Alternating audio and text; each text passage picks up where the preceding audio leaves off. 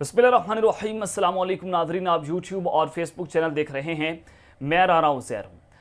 नाज़रीन, पाकिस्तान की सियासत में फैसला कुन और आखिरी ओवर्स का खेल जारी है, जहां पर ताकतवर जो हैं वो पाकिस्तान की तमाम जितने भी स्टेक होल्डर्स हैं उनको हाईजैक करने की कोशिशें की जा रही हैं। प्राइम मिनिस्टर ऑफिस को 9 अप्रैल 2021 को हाईजैक किया गया, सुप्रीम कोर्ट को हाईजैक कर लिया गया। तमाम इदारे इस वक्त जो हैं वो अब पाकिस्तान में एक जंगल का कानून बन चुका है, मार्शल लॉ लग चुका है और ताकतवर जो हैं इस वक्त पाकिस्तान पर हुकूमत कर रहे हैं। लेकिन उस सब के अंदर अब एक नया रुख निकलकर सामने आया है। जो ये समझ रहे थे कि इमरान खान और फौज की आपस में लड़ाई हो चुकी है, अब वो सारे के सारे आपस में गुत्थम गुत्था हो चुके हैं और उन सब की आज फौज से बहुत बड़ी लड़ाई हुई है। मैं कुछ बड़ी खबरें और एक्सक्लूसिव डिटेल्स है जो मैंने आपके साथ शेयर करनी है। सबसे पहली खबर पर हमने जनाब बात करनी है इमरान खान और जनरल आसिम मुनीर की मुलाकात शेड्यूल।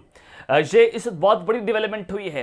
रात गए इमरान खान साहब ने एक बहुत लंबा छक्का मारा, जिसके बाद गेम जो है वो अचानक से तब्दील हो चुकी है। अब बॉल जो है वो जीएचक्यू के कोर्ट में इमरान खान साहब ने फेंक दी है और जनरल आसिम मुनीर जो हैं वो इस वक्त बुरी तरह से फंस चुके हैं।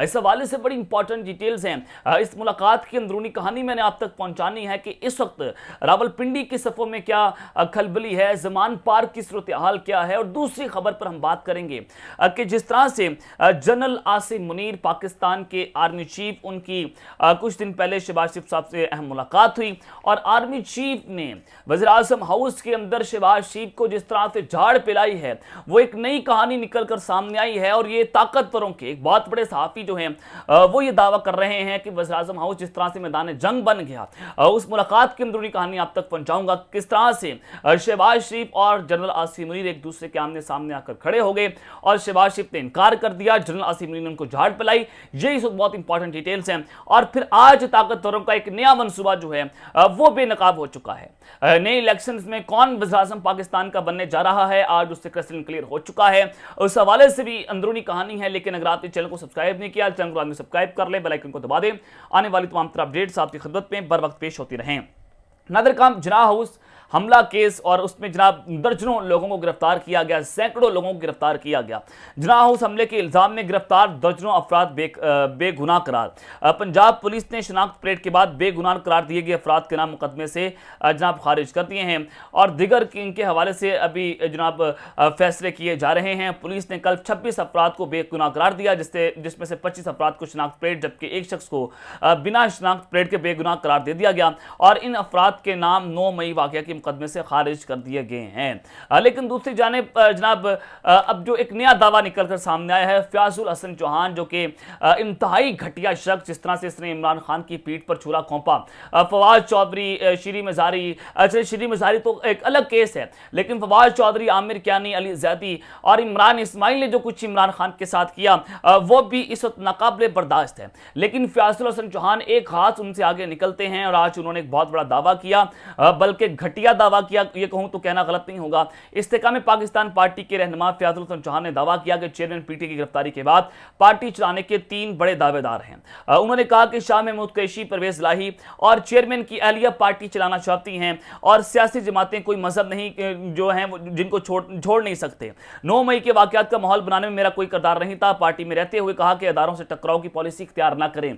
अब ये वो शख्स है जो मीडिया के सामने आकर जनाब बड़ी बड़ी लंबी लंबी बड़के मारता था, इस्टेब्लिशमेंट को ललकारता था। लेकिन जब इस्टेब्लिशमेंट ने रंदा फेरा, जब इस्टेब्लिशमेंट ने इसकी गंदी वीडियोस इसके सामने रखी कि जनाब तुमने जो कपड़ा पहना हुआ है वो सिर्फ अवाम को दिखाने के लिए पहने हुए हैं, हमारे सामने तुम नंगे हो। हरीम शाह के साथ इसकी वीडियोस का स्कैंडल सामने आया, संदल खटक के साथ इसकी वीडियोस का स्कैंडल सामने आया। तो ये घटिया शख्स है, तो ये अपने घटियापन की वजह से ब्लैकमेल हुआ और जनाब लंबा लेटता है और उसने इमरान खान साहब को छोड़ दिया और इसने कहा कि 10 से 12 दिनों में फौजी अदालत की कागजी कार्रवाई मुकम्मल हो जाएगी और उन्हीं केसेस की बुनियाद पर इमरान खान साहब को गिरफ्तार किया जाएगा।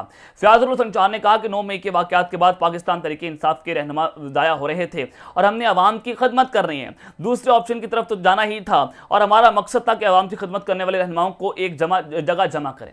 अब वो इस पार्टी के अंदर वो रहनुमा जिसका नाम मुराद रास है और ये मरकजी किरदार है उनके बकौल ताकतवरों के, कि जनाब इसने जो है वो ISI हेडक्वार्टर्स के ऊपर हमले करवाए, लाहौर में जिन्ना हाउस पर हमले होते हैं, तो लिहाजा इसने चूंकि इमरान खान साहब को छोड़ दिया तो ये बेगुनाह साबित हो गया। ये इस तक में पाकिस्तान पार्टी में चला गया, ये इस्टेब्लिशमेंट की बी टीम बन गया, तो ये बेगुनाह है। जो इमरान खान के साथ खड़ा होगा वो जनाब उसको डेथ सेल में रखेंगे। शहरयार अफरीदी साहब जो हैं वो इस वक्त इमरान खान के साथ डटे हुए हैं। उन्होंने कहा कि मैं अफरीदियों का नाम खराब नहीं करना चाहता। उनको उस मौत की चक्की में रखा गया है जहां पर जनाब सजाए मौत वाले मुजरिमों को रखा जाता है, उनके फाइनल डेज चल रहे होते हैं और वहां पर उनको रखा गया। लेकिन वो शख्स, वो मर्द कलंदर, वो मर्द का बच्चा आज भी अपने असूलों के ऊपर खड़ा हुआ है। ये सियासतदान होते हैं, सियासतदान हमेशा जेलों के अंदर जाते हैं, लेकिन फैजुल हसन चांद जैसे घटिया, गंदे और गलीज शख्स हैं, इन्होंने हमेशा पाकिस्तान की सियासत को अपने मकासद के लिए इस्तेमाल किया। और दूसरी जानिब, एक जानिब तो पाकिस्तान जो है वो इस वक्त बिल्कुल तबाही के दाने पर खड़ा हुआ है। पॉलिटिकल इंजीनियरिंग की जा रही है, इमरान खान साहब को दीवार से लगाया जा रहा है, लेकिन रोशन डिजिटल अकाउंट्स हैं वो आज खाली हो चुके हैं।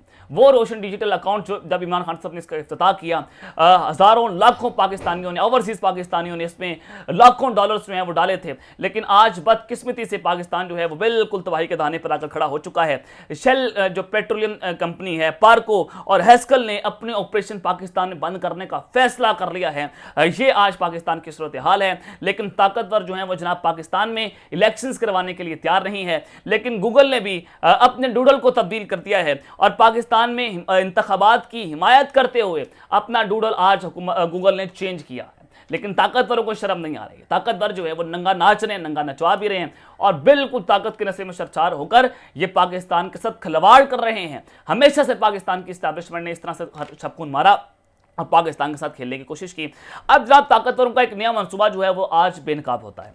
वो मनसूबा बड़ा खतरनाक है। मैंने आपको अपने पिछले व्लॉग्स के जरिए बताया था कि जनाब नून लीग के ऊपर ताकतवर जो है इस्टेब्लिशमेंट जो वो इत्तेमाद करने को तैयार नहीं है और इसी वजह से एक नई पार्टी जो है उसको तश्कील दिया गया है। और मैंने आपको ये भी बताया कि पीडीएम के गुब्बारे से हवा निकल चुकी है और बिलावल भुट्टो जो है अपोजिशन में जाने का सोच रहे हैं और पीपल्स पार्टी, नून लीग भी आपस में लड़ चुकी है। पीपल्स पार्टी की इस्टेब्लिशमेंट के साथ वर्किंग रिलेशनशिप जो है बहुत अच्छे हैं और बिलावल भुट्टो इनका नेक्स्ट प्रोजेक्ट है। जहांगीर तरीन जो है वो भी वज़ीर-ए-आज़म बनने के उम्मीदवार हैं। अब दूसरी जानिब जनाब आज हुआ क्या हुआ, ये कि कराची के अंदर मेयर का इलेक्शन हो रहा था। पीपल्स पार्टी का मुकाबला था जमात इस्लामी के उम्मीदवार से हाफिज नईमुर रहमान और उनको इमरान खान साहब जो हैं वो सपोर्ट कर रहे थे। और हुआ ये कि नईमुर रहमान साहब जो हैं उनके वोट ज़्यादा थे और जो कराची के मेयर थे मुर्तदा वहाब, वो जनाब उनके पास कम अक्सरियत थे।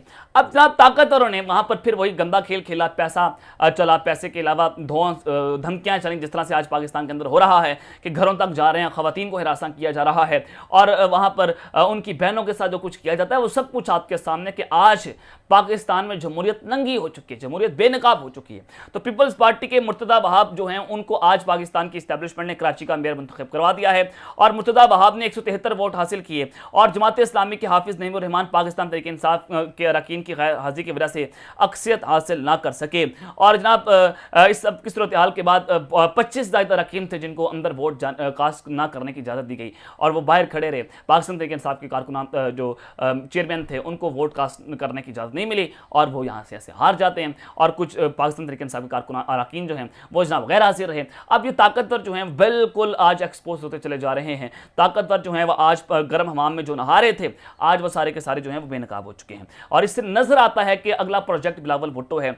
इससे नजर आ रहा है कि पीपल्स पार्टी को अगली हुकूमत देने की ताकतवर पूरी तरह से कोशिश कर रहे हैं। अब जनाब दूसरी जानिब शहबाज शरीफ और जनरल आसिम मुनीर एक दूसरे के आमने सामने आकर खड़े हो चुके हैं और वज़ीर-ए-आज़म हाउस इस वक्त मैदान जंग बन चुका है। चूंकि जनाब इस वक्त इमरान खान साहब को मिलिट्री कोर्ट्स के अंदर सजा देनी है और ये पर्सनल हो चुके हैं। पाकिस्तान की ताकतवर शख्सियत जो है वो इमरान खान साहब को खुले लैन लगाना चाहती है। उनसे जाती नाक की तस्कीन की खातिर इमरान खान साहब के ऊपर मिलिट्री कोर्ट्स का मुकदमा चलाने की ख्वाहिश रखती है। पाकिस्तान की इस्टेब्लिशमेंट चाहती है कि इमरान खान साहब को फांसी दी जाए और ये इंसानी हकूक को भूल चुके हैं। इनके बाप का मुल्क है, मैंने आपको हमेशा से बताया कि जरदारियों का मुल्क है, ये शरीफों का मुल्क है और ये प्रॉपर्टी डीलर्स का मुल्क है। ये आपका और मेरा मुल्क नहीं है, ये इमरान खान का मुल्क नहीं है। तो इस सब के बाद हुआ ये जनाब इमरान शफकत साहब ताकतवर के बड़े करीबी साथ जो हैं वो जनाब सहाफ़ी हैं, पीपल्स पार्टी से इनकी बड़ी कुर्बतें हैं और इन्होंने कल ये ट्वीट भी किया कि मुर्तदा वहाब जो हैं वो बेस्ट कैंडिडेट हैं मेयर कराची के हवाले से।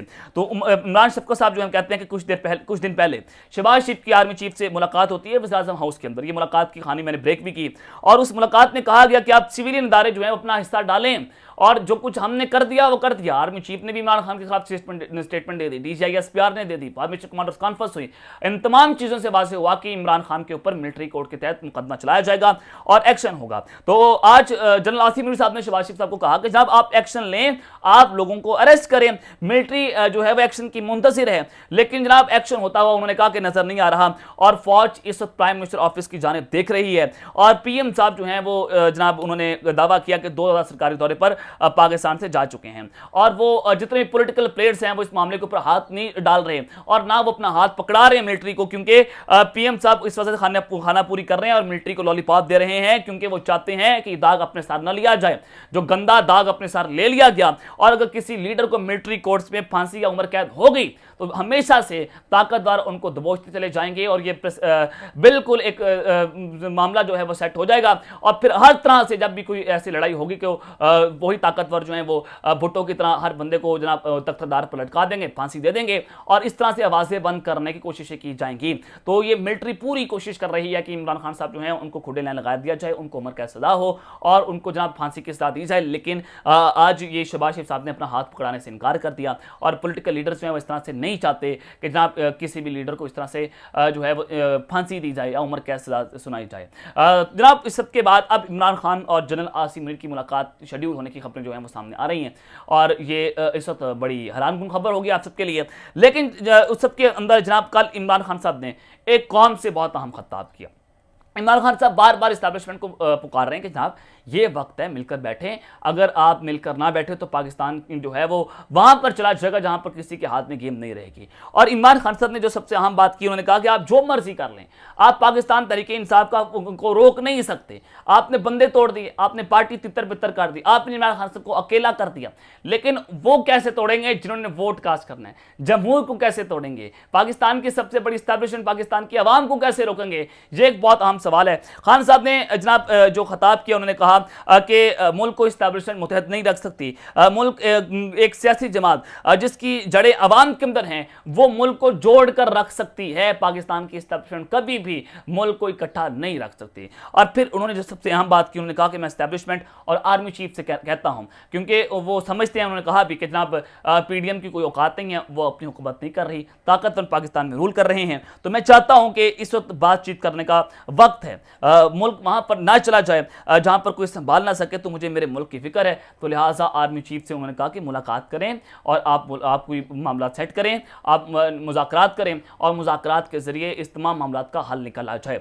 लेकिन आर्मी चीफ जो है वो मुलाकात करने को तैयार नहीं है। आर्मी चीफ बिल्कुल अपनी जाती नाक को तस्कीन खातिर को पहुंचाने के लिए इमरान खान साहब को जनाब खुडे लाइन लगाने की कोशिश कर रहे हैं। इमरान खान साहब बेतहाशा बार ये दावे कर चुके हैं, वो ऑफर्स कर चुके हैं, जनाब मिलकर बैठकर बात करते हैं। 9 मई से पहले भी यही बातें इमरान खान साहब कर रहे थे, उस वक्त भी जनाब आर्मी चीफ इमरान खान साहब के साथ यही मामला चल रहे थे कि वो मुलाकात करने को तैयार नहीं है। लेकिन क्या उस 9 मई हुआ था? चले आज हमने बात ये मान ली कि इमरान खान साहब ने 9 मई का एक वाकया करवा दिया, लेट्स सपोज ये हमने 1 सेकंड के लिए बात मान ली, लेकिन 9 मई से पहले क्या ऐसी बात आ गई थी कि उस वक्त आर्मी चीफ जो है इमरान खान साहब के साथ बात करने को तैयार नहीं थे? ये बहुत आम सवाल है और इससे आपको 9 मई का वाकया जो है एक्सपोज हो जाएगा कि 9 मई के असल सूरतकार जो है वो कौन है। अब तक के लिए इतना ख्याल रखिएगा, ख्याल रखें। अल्लाह ने के बाद पाकिस्तान जिंदाबाद।